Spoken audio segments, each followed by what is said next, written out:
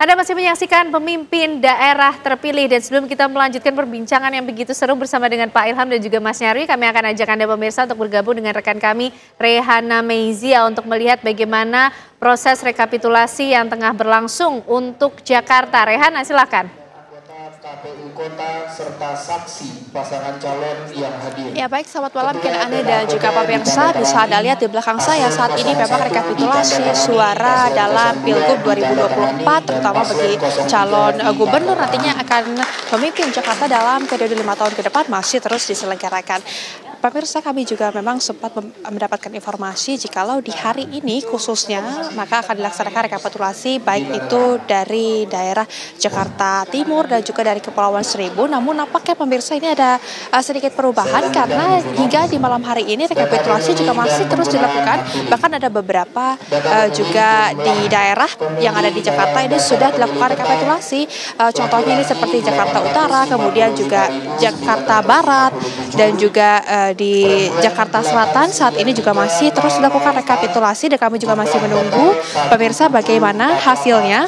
Tapi kalau kita lihat ada beberapa poin menarik seperti kalau kita lihat tadi rekapitulasi dimulai sejak pukul 4 sore waktu Indonesia Barat. Hasilnya yang pertama kali untuk melaksanakan rekapitulasi adalah datang dari Kepulauan Seribu. Dari Kepulauan Seribu ini kalau dilihat kemudian paslon nomor urut 1 mendapatkan suara sekitar 6.578, disusul dengan paslon nomor 2 sekitar 653 dan juga paslon nomor 3 yakni di 7.456.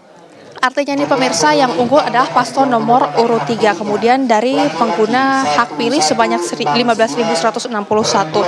Kemudian kami juga tadi sempat mencatat ini bergeser ke wilayah selanjutnya di mana di Jakarta Barat. Kan ada kalau di Jakarta Barat sendiri dan juga pemirsa dilihat bahwasannya untuk calon nomor urut 1 ada sebanyak 3.860.880. Kemudian untuk nomor urut 2 109,457.000. Kemudian juga yang paslon nomor 3 sekitaran 5.738.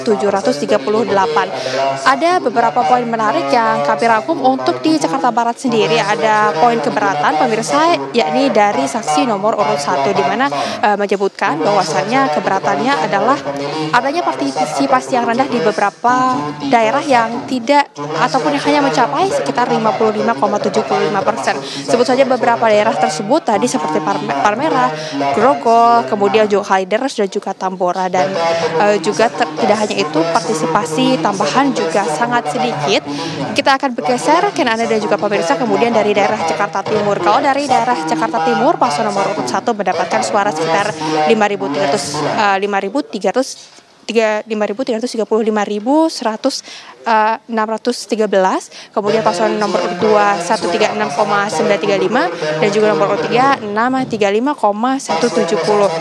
Untuk kejadian khususnya sendiri kami juga tadi sempat memantau bersama bahwasannya banyak pemilih yang kemudian tidak mendapatkan surat undangan begitu.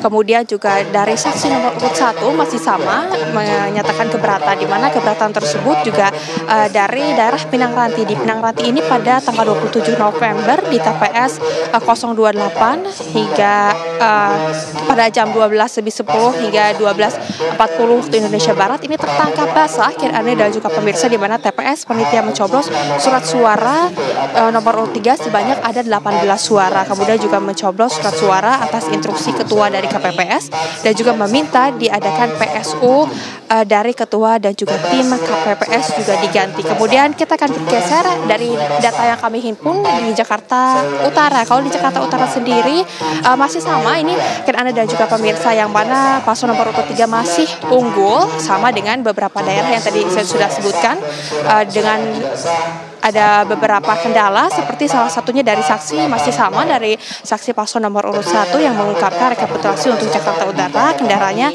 adalah adanya saksi dalam kejadian khusus ini yang mengungkapkan bahwasannya partisipasi pemilih di Jakarta Utara ini masih rendah. Dan hingga saat ini kan Anda dan juga pemirsa bisa Anda lihat di belakang saya bahwasannya partisipasi rekapitulasi maksud kami masih terus dilaksanakan, terutama saat ini masih di dalam proses. Ini dalam wilayah Jakarta Selatan. Demikian informasi sementara, tentunya kita juga masih akan terus memantau apakah rekapitulasi suara ini akan dilaksanakan seluruhnya di hari ini dan apakah kemudian nantinya akan 2 putaran untuk Jakarta ini atau seperti apa. Tentunya kita masih akan terus mengabarkan kepada Anda, pemirsa. Saya kembalikan kepada Anda di studio.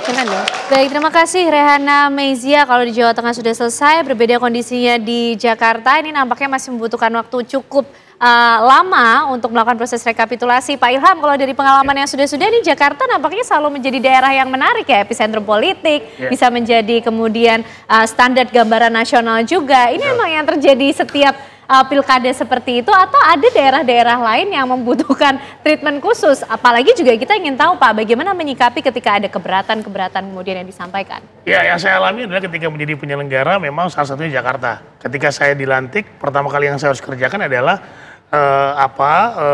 putaran kedua pilkada DKI Jakarta ketika itu antara Anies versus Ahok kalau saya tidak salah, itu ada putaran kedua. Nah itu juga memang kita perlu betul karena sebagai KPU RI kita melakukan peninjauan, melakukan supervisi dan melakukan pengawasan kepada teman-teman di KPU kabupaten kota dan juga di DKI Jakarta. Yang saya kira memang ini sangat sensitif, tapi sekali lagi Jakarta ini sebetulnya tegang di politik. Tapi secara teknis penyelenggaraan justru logistiknya aman-aman aja tuh, gitu. Karena kan tidak ada tempat yang hanya Kepulauan Seribu yang rumit mungkin ya, tetapi tidak terlalu banyak hal yang kemudian menjadi persoalan, tetapi lebih kepada tensi politiknya. Kan seperti Mbak bilang tadi, jadi epicentrum dan juga orang seluruh Indonesia ngelihat bahwa ini adalah kiblatnya politik nasional, bisa seperti itu. Tetapi di pengalaman ketika dulu saya juga merasakan ketika itu di Sumatera Utara, ya ketika itu juga lumayan sensitif ya, kemudian beberapa kabupaten kota yang memang tensi politiknya juga tinggi. Nah, untuk itu kemudian ketika itu saya mengingatkan kepada teman-teman di KPU provinsi dan KPU kabupaten kota agar kemudian konflik itu tidak muncul karena kesalahan dari penyelenggara. Misalnya seperti itu. Belum lagi kemudian ketika tahapan pencalonan bahwa ada partai-partai politik yang ingin mencalonkan, itu ada double kepengurusan. Karena biasanya digugat prosesnya. Nah itu dia, proses itunya, kemudian juga nanti KPU ini dianggap tidak profesional dan sebagainya. Kita lihat saja nanti mungkin yang akan dipersoalkan adalah DPT. Nah salah satu yang tadi saya dengar dari C6 gitu kan.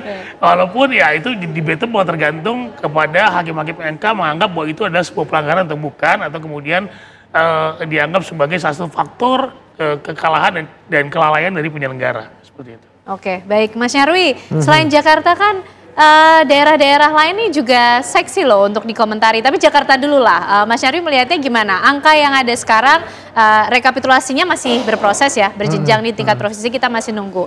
Tapi nanti sepertinya bacaannya akan seperti apa nih Mas Nyarwi? Tidak akan bergeser banyak angkanya, walaupun ada pihak yang juga masih akan mengajukan gugatan, mengklaim memiliki data yang bisa mengubah hasilnya cukup signifikan.